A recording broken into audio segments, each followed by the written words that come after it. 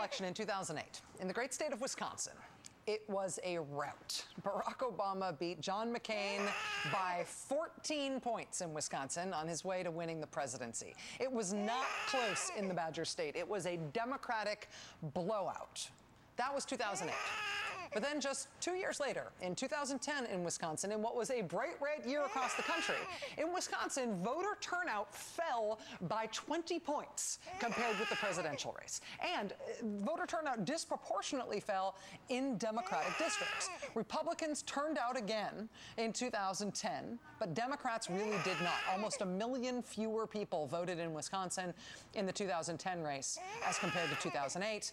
And as a result, Republicans just ran the board. Republicans in Wisconsin, they won the state assembly, they won the state senate, and Republican Scott Walker won the governorship as well. Republicans had a complete lock on state government after that bright red 2010 low turnout election. Now, Scott Walker had said during the campaign that if he were elected governor, he planned to drive a hard bargain with public workers in Wisconsin in terms of trying to achieve savings and balance the state's budget, or at least cut spending. Once he got into office, though, it turned out to be a whole different thing. Public workers in the state pretty quickly agreed to every financial demand that Scott Walker had made of them. All the salary cuts and layoffs and furloughs and changes to pensions and health insurance contributions, all of the things that Scott Walker asked of them that had a monetary value, that would have an effect on the state's budget, public workers said yes to. They agreed to those concessions, but Governor Walker decided that he would not take yes for an answer. He had a different idea. Governor Walker and the newly elected Republicans in Wisconsin, with their complete control of the state government, decided they were after something much bigger. They demanded that public workers don't just give up the financial concessions that they had agreed to give up. They demanded that they give up their rights, their union rights. Public workers had already made every concession. They'd already agreed to give up everything he asked for. The only thing they hadn't agreed to was to commit proverbial suicide as an organization. And the Republicans' answer to that was, actually, yeah, we need you dead. It does not matter what you are offering in material terms. The only thing that matters to us is that you no longer exist.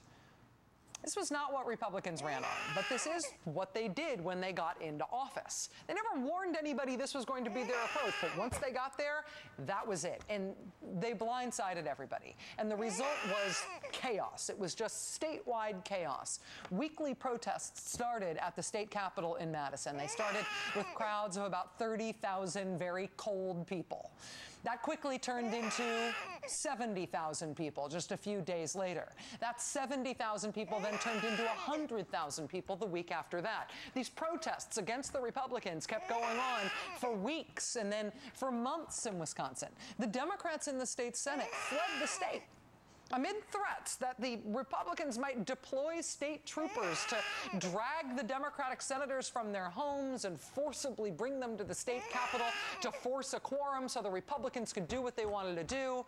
Democrats fled beyond the reach of the state patrol. They fled the state. They fled across state lines out of Wisconsin and into Illinois, and they stayed there for weeks. And even with no quorum, because the Democrats were gone, without that quorum, with no apparent legal way to get it done, Republicans in Wisconsin in March of last year just decided to get it done anyway.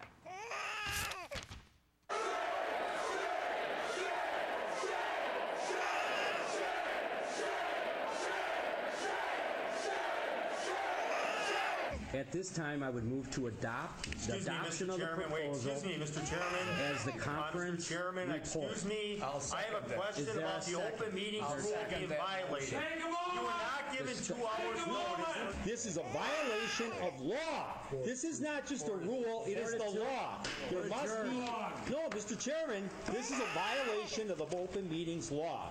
It requires 24, at least 2 hours notice. What have you done? Okay. Excuse me.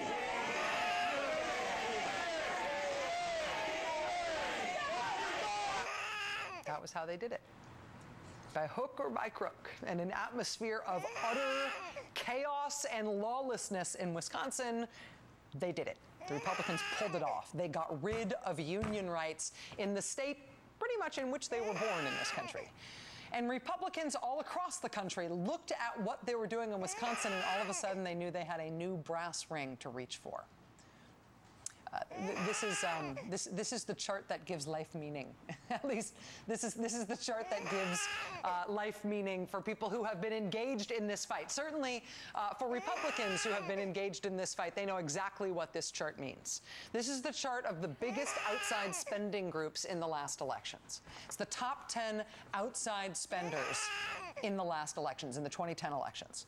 Of these top 10, 6 of the top 10 are giving to the Republican side. Look at that. Number 1, number 2, number 3, number 4. They're all giving to the Republican side. They are corporate groups and corporate-funded groups. 6 of the top 10, all 4 of the top 4. Business interests, the majority of outside money going to the Republican side. Corporate money, right? The only 3 groups in the top 10 that are giving to the other side, that are giving to the Democrats, are, well, these 3. Now, what do these 3 have in common? See? This is the key to everything for the Republicans. This is the thing that I sort of can't believe hasn't become the national narrative about this fight in Wisconsin. It's not a personality thing. Follow the money. This is the brass ring, the whole enchilada, the big kahuna, the ball of wax, the end-all be-all. This is everything for them, and they know it. I mean, the only thing Democrats have been able to come up with to compete with the big outside money on the corporate side that is all going to the Republicans, the only meager competition the Democrats can offer the Republicans at all in terms of big money in campaigns is from the unions. The Republicans are winning.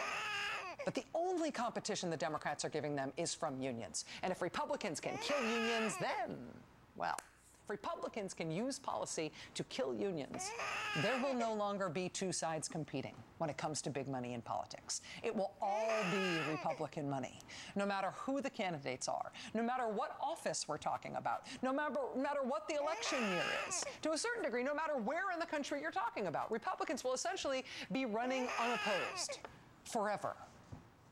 After the Scott Walker union stripping law was rammed through in Wisconsin in the midst of all of that state chaos, indeed, in Wisconsin, the unions immediately started to wither away. It was fast, right? You strip union rights, and this is what happens.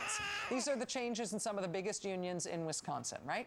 I mean, this law has only been there for a year, and look what it's done already. You strip union rights, you make unions go away. That's what this law is designed to do. It is designed to make these things go away as organizations. And of course, that does directly hurt the people in those jobs, right? But more importantly, perhaps, maybe the bigger picture here is it makes sure that the organizations that help Democrats go away. It makes sure that Democrats can't ever compete again in elections. The right, of course, is ecstatic about this possibility.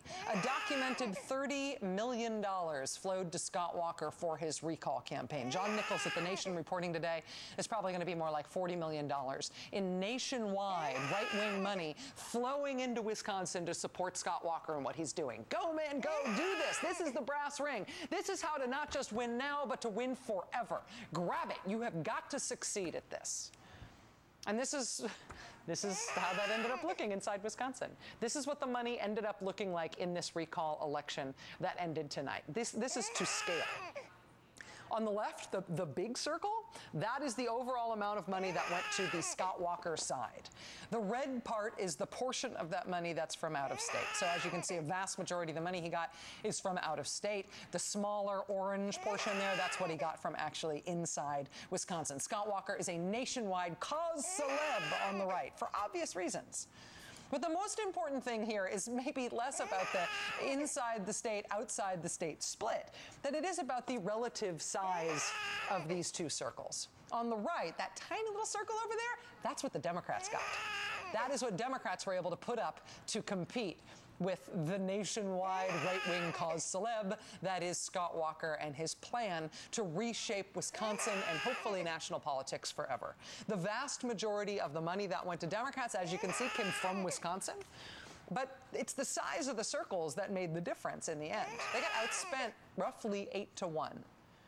And with the Republicans having that spending advantage, And with the Democratic side having sustained the damage that they already sustained and are continuing to sustain and will continue to sustain, with the pro-Scott Walker side running ads starting at Christmas time, and thanks to the recall calendar, the Democrats not even getting a named candidate until last month.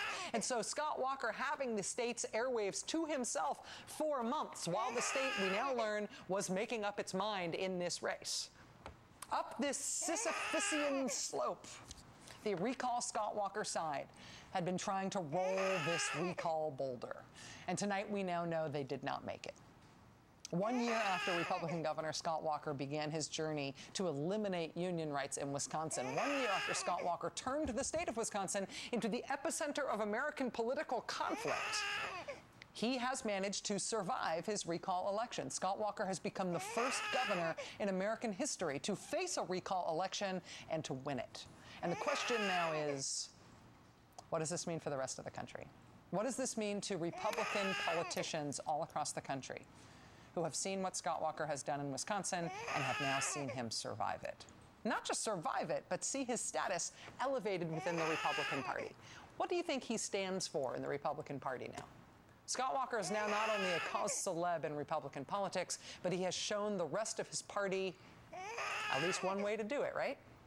Destroy union rights in your state using public policy, get there by hook or by crook. You can thereby destroy the unions. If you destroy the unions, you can make Republicans untouchable in every election from that point forward, with no perceived way to reverse it. Suddenly, there is no structural apparatus on the Democratic side that can compete with the corporations that fund the Republicans. The Republican Party has a new brass ring to reach for. It worked for Scott Walker in Wisconsin. Why won't they try to make it work everywhere? This election tonight may have just been one recall election for one governor's seat in one state in the nation. But what happens next? What happens as a result of this could be the biggest politics story of all.